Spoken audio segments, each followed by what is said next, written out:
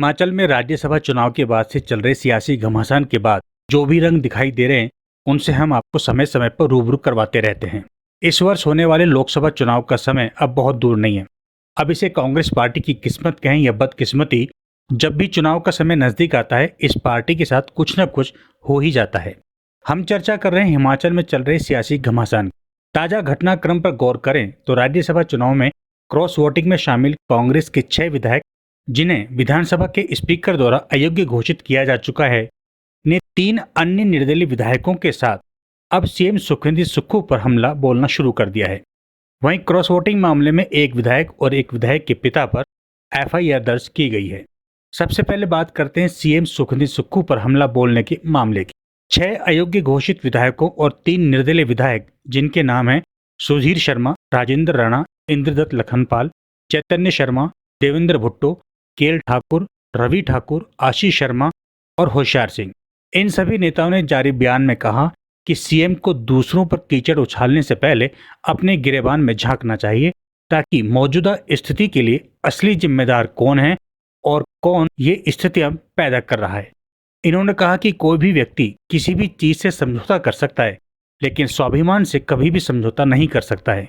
और आजकल हिमाचल में जो सियासी घमासान चल रहा है वह सिर्फ स्वाभिमान की लड़ाई है। इन अयोग्य घोषित विधायकों का कहना है कि जहां एक और सीएम हमारी तुलना नाग और भेड़ों से कर रहे हैं, वहीं सीएम बार बार किसी भी हाल में समझौता करने के लिए अप्रोच भी कर रहे हैं। नहीं, इन्होंने तो यहां तक कह दिया कि सीएम अपने चंडीगढ़ के आधिकारिक दौरे के दौरान हिमाचल भवन में बने सीएम सूट में ठहरने की बजाय 5 स्टार होटल में क्यों ठहरते थे। यह हमला यही नहीं रुकता है।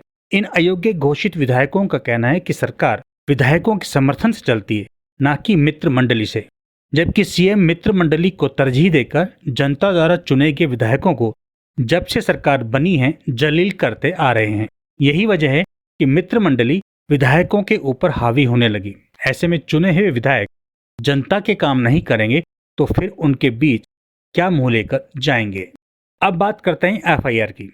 बजट सत्र के दौरान राज्यसभा चुनाव में क्रॉस वोटिंग मामले में स्पीकर की ओर से अयोग्य घोषित किए गए कांग्रेस के विधायक चैतन्य शर्मा के पिता राकेश शर्मा और निर्दलीय विधायक आशीष शर्मा सहित अन्य के खिलाफ शिमला के बालूगंज थाना में एफआईआर दर्ज करवाई गई है।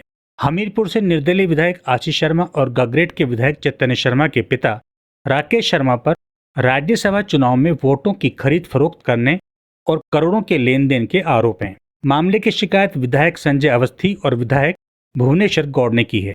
पुलिस ने अब इस मामले में 171 सी और ई, 120 बी आईपीएस एमपीसी एक्ट की धारा 7 और 8 के तहत मामला दर्ज कर आगामी कार्रवाई शुरू कर दी है। सूत्रों के हवाले से खबर यह भी आ रही है कि कांग्रेस हिमाचल में नए प्रदेश प्रभारी की अगुवाई में लोकसभा चुनाव लड़ने की तैयारी में है।